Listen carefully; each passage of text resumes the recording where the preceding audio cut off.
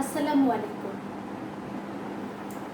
প্রিয় ছাত্ররা, আশা করছি সবাই ভালো আছো এবং ঘরে থেকে স্বাস্থ্যবিধি মেনে নিরাপদে আছো। তোমরা ইতিমধ্যেই জেনেছ আমাদের সবার প্রিয় অধ্যক্ষ প্রফেসর নেহাল আহমেদ স্যারের পরিকল্পনা এবং নির্দেশনায় আমাদের উচ্চ মাধ্যমিক শ্রেণীর অনলাইন ক্লাস আরও 2 মাস আগেই শুরু হয়েছে। বর্তমান কোভিড-19 পরিস্থিতিতে মাননীয় প্রধানমন্ত্রী ঘোষিত সাধারণ ছুটি শিক্ষা প্রতিষ্ঠানে আরও কিছুটা দীর্ঘায়িত হয়েছে। তাই ঘরে থাকার এই বিশেষ সময়টাতে আমরা যেন আমাদের অনার্স শ্রেণীর অনলাইন পাঠদান কার্যক্রম চালিয়ে সিলেবাসকে কিছুটা এগিয়ে নিতে পারি।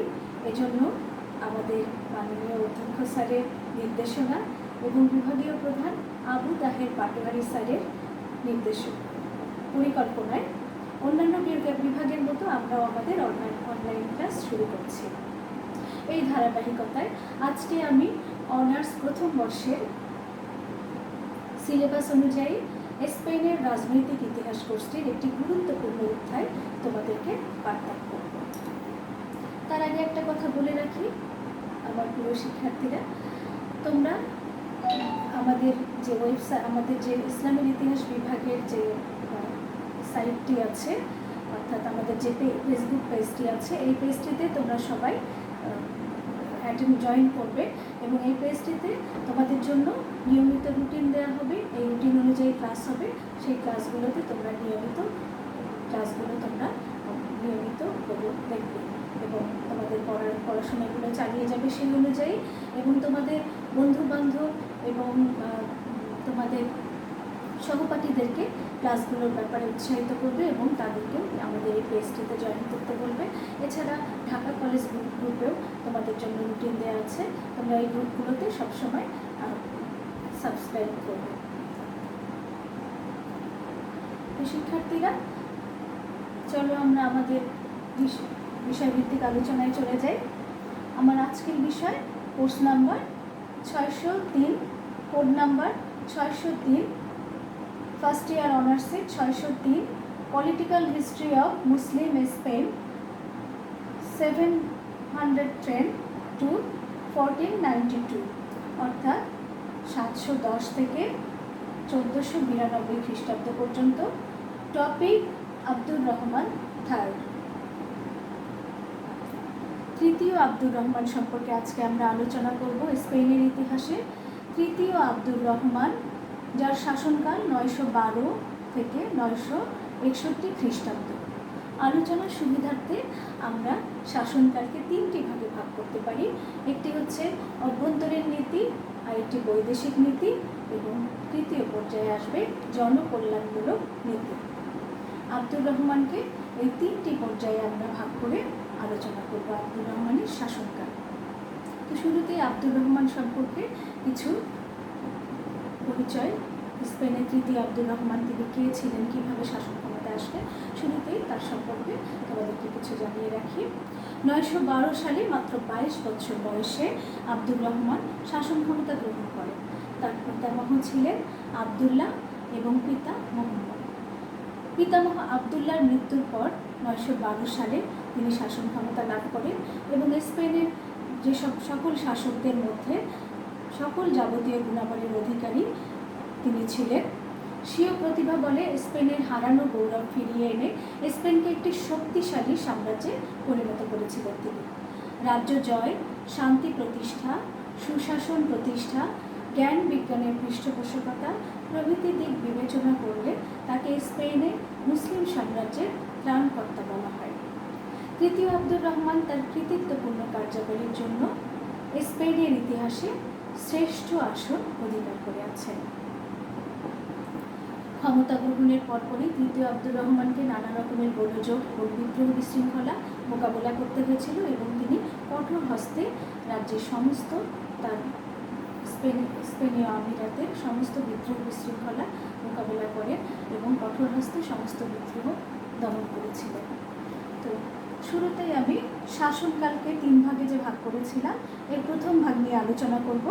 অভ্যন্তরীণ নীতি সমূহ এর মধ্যে যে বিষয়গুলো আসবে, যেগুলো নিয়ে আমরা আলোচনা করব, তার মধ্যে অভ্যন্তরীণ বিদ্রোহ বিশৃঙ্খলা দমন, বোবাস্ট্র দুর্গের পতন ও ওমর বিন হাফসুনের দমন, সীমান্তবর্তী রাজ্যের পুনরুদ্ধার ও খ্রিস্টানদের বিরুদ্ধে অভিযান, সেনাবাহিনী পুনর্গঠন, খলিফা উপাধি গ্রহণ এবং উমাইয়া খিলাফত স্পেনের প্রতিষ্ঠা। তাহলে এখন মূল আলোচনায় চলে যাই।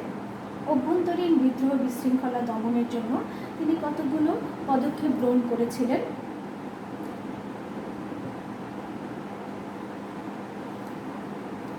তিনি হাজ্জাজ বিন ইউসুফ এবং তার ভ্রাতুষ্পুত্র আহমদ বিন মাসালামাকে পরাজিত করে সেভিল এবং কারামোনায় শাসন প্রতিষ্ঠা করেন। বোবাস্ট্র দুর্গের অধিপতি এবং ওমর বিন হাফসুনকে তিনি কঠোর হস্তে দমন করেছিলেন। তোমরা জানো, ওমর বিন হাফসুন স্পেনের ইতিহাসে একজন জাতীয়তাবাদী নেতা এবং বিদ্রোহী। তিনি বারবার স্পেনের ইতিহাসে সকল শাসকদের সময়ে বিদ্রোহ বিশৃঙ্খলা করে আসছিলেন এবং তিনি স্পেনে খ্রিস্টান শাসন ব্যবস্থা বা পূর্ববর্তী শাসন ব্যবস্থা পুনরায় প্রতিষ্ঠা করার জন্য স্পেনীয় জনগণকে সংগঠিত করার জন্য চেষ্টা করেছিলেন এবং সেই চেষ্টা তৃতীয় আব্দুর রহমানের সময় ব্যর্থ হয়।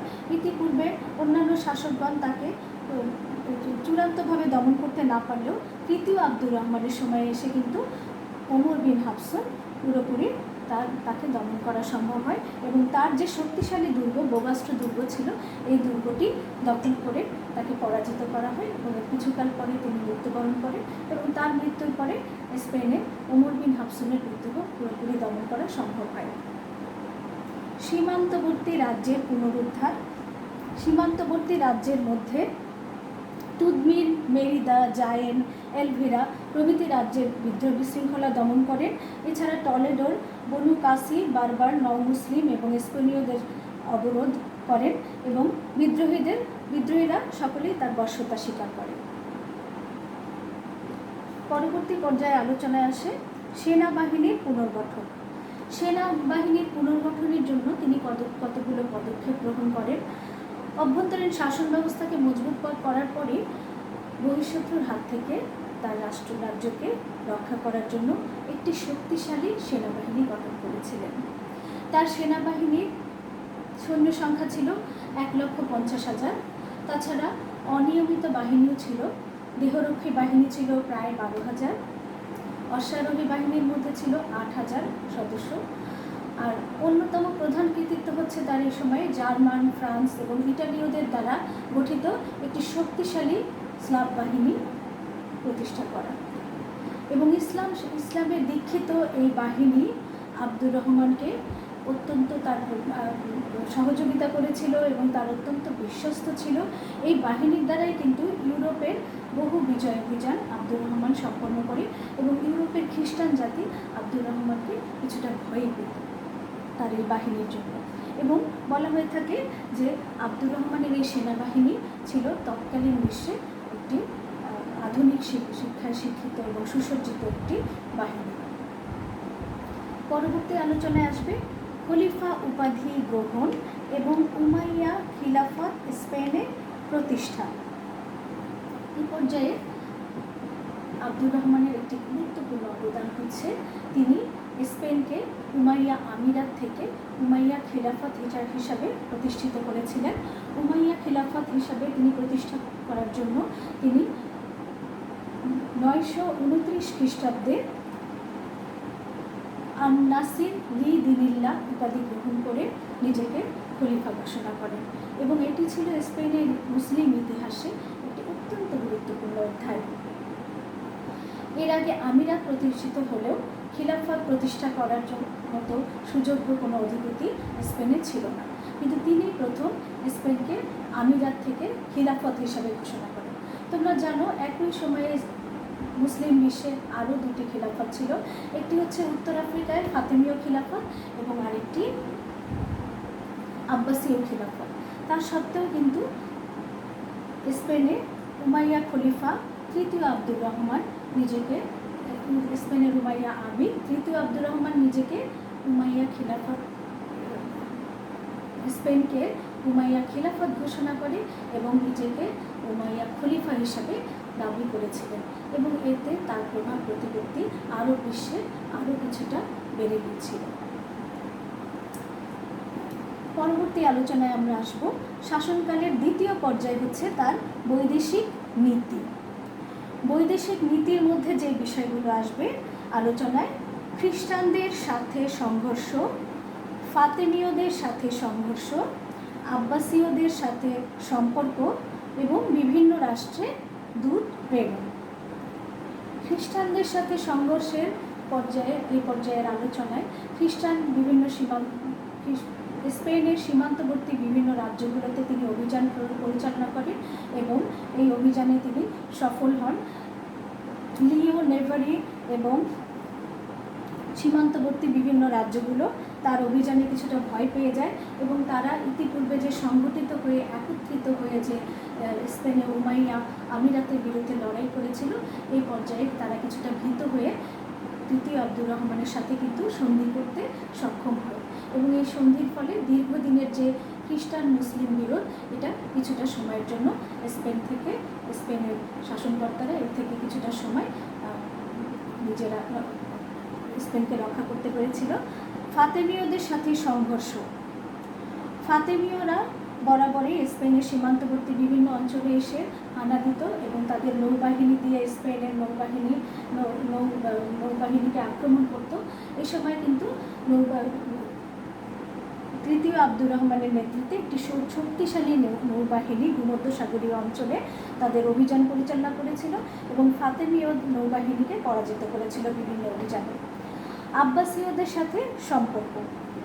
আব্বাসীয়দের সাথে স্পেনের বরাবরই সম্পর্ক ভালো ছিল না, কিন্তু এই সময়ে নিজেদের প্রভাব প্রতিপত্তি বৃদ্ধি এবং নিজেকে যখন খলিফা ঘোষণা করেছিলেন, স্পেনের উমাইয়া খিলাফত ঘোষণা করেছিলেন, তখন কিন্তু আব্বাসীয়রাও কিছুটা ভয় পেয়ে যায় এবং কিছুটা সুসম্পর্কের জন্য তিনি দূত প্রেরণ করেছিলেন।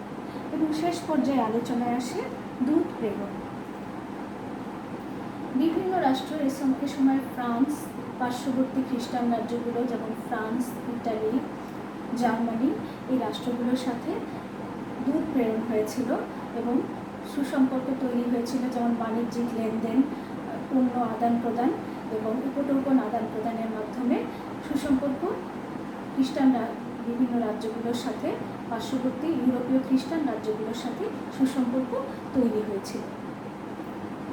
পরবর্তীতে আসবে জনকল্যাণমূলক নীতি। তো স্পেনে উমাইয়া শাসক তৃতীয় আব্দুর রহমানের আমরা দুটি নীতি পেলাম। এক শাসনকাল পর্যালোচনা করতে গিয়ে আমরা অভ্যন্তরীণ নীতি এবং বৈদেশিক নীতি খুব সংক্ষেপে আলোচনা করলাম এবং পরবর্তী পর্যায়ে আমি জনকল্যাণমূলক নীতিগুলো, এটি একটি বেশি বৃহৎ আকারে একটি বড় পরিসরে তোমাদেরকে আলোচনা করতে হবে এবং এখানেই তার মূল কৃতিত্ব লুকায়িত আছে। তাই এই আলোচনাটা আমরা একটু দীর্ঘায়িত করে পরবর্তী ক্লাসে আলোচনা করব। জনকল্যাণমূলক নীতি তোমাদের নিয়ে পরবর্তী আরেকটা ক্লাস আমি নেব। তাহলে তোমাদেরকে তৃতীয় আব্দুর রহমান সম্পর্কে যে ধারণা দিলাম, তৃতীয় আব্দুর রহমান ছিলেন স্পেনের ইতিহাসে তার এই গুরুত্বপূর্ণ কার্যগুলির জন্য একজন শ্রেষ্ঠ শাসক এবং তাকে বলা হয় সেভার্স অফ স্পেন, অর্থাৎ স্পেনের ইতিহাসে তিনি ছিলেন। 912 সালে যে তিনি শাসন ক্ষমতায় অধিষ্ঠিত হলেন, এ সময় তিনি স্পেনকে বলিষ্ঠ নেতৃত্বে, সমবৃত্তি এবং সময়োপযোগী বিভিন্ন কার্যাবলী গ্রহণ করে তিনি স্পেনকে একটি সুউচ্চ আসনে তৎকালীন বিশ্বে প্রতিষ্ঠিত করেছিলেন। এই জন্য একজন ইংরেজ ঐতিহাসিক রেইনহার্ড ডজি তার দি স্প্যানিশ ইসলাম গ্রন্থে একটি চমৎকার মন্তব্য করেছেন। এই মন্তব্য দিয়ে আমি আমার আজকের পাঠ শেষ করব।